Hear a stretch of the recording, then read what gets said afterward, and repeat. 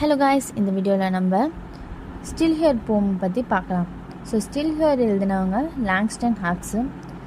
இந்த போம் வந்து பார்த்திங்கன்னா முழுக்க 20th செஞ்சுரி அப்போது யுனைடெட் ஸ்டேட்ஸில் ஆஃப்ரிக்கன் அமெரிக்கன்ஸ் என்னென்ன ஸ்ட்ரகிள்ஸ் வந்து ஃபேஸ் பண்ணாங்க அப்படின்றது தான் இருக்கும். அதே மாதிரி இந்த போமில் வந்து பார்த்திங்கன்னா ஃபுல்லாமே வந்து கிராமட்டிக்கல் மிஸ்டேக்ஸாக தான் இருக்கும்.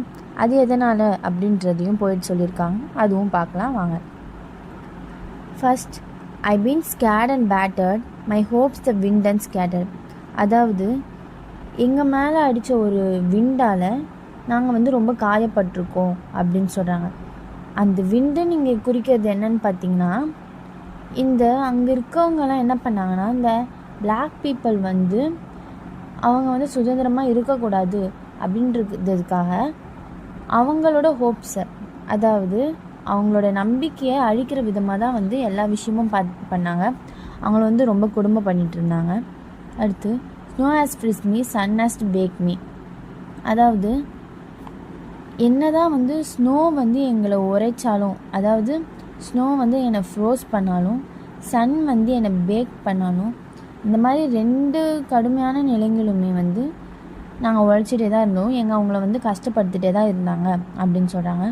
அடுத்து வந்து, looks like between them they done try to make me stop லாஃபிங், stop loving, stop living, but I don't care, I am still here.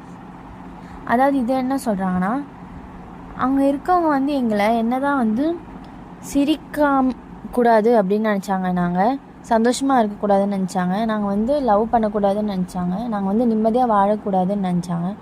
ஆனால் இதெல்லாம் பற்றி எனக்கு கவலையே கிடையாது, இருந்தாலும் நாங்கள் இப்போ வரைக்கும் இங்கே தான் இருக்கோம், அதுதான் அந்த ஐ எம் ஸ்டில் ஹியர் அப்படின்னு சொல்கிறாங்க. அப்புறம் இந்த லாஸ்ட் லைன்ஸ்லாம் பார்த்தீங்கன்னா, நீங்கள் லாஃபிங், லவ்விங், லிவிங் இதிலலாம் வந்து ஜி வந்து இருக்காது. எதனால் அவர் சொல்கிறான்னு பார்த்தீங்கன்னா, இந்த மாதிரி சின்ன சின்ன விஷயத்துலலாம் வந்து என்னால் வந்து கான்சென்ட்ரேட் பண்ண முடியாது, நான் என்னோடய வாழ்க்கை வாழ்கிறத மட்டும்தான் பார்க்க முடியும் அப்படின்னு சொல்கிறாரு. அதுதான் என்னென்னா, என்ன தான் வந்து அவங்க எங்களை என்ன அடித்தாலும் உதைச்சாலும் நாங்கள் இங்கே தான் இருப்போம் அப்படின்ற மாதிரி சொல்கிறாங்க. அதுதான் அந்த ஐ எம் ஸ்டில் ஹியர். தேங்க்யூ.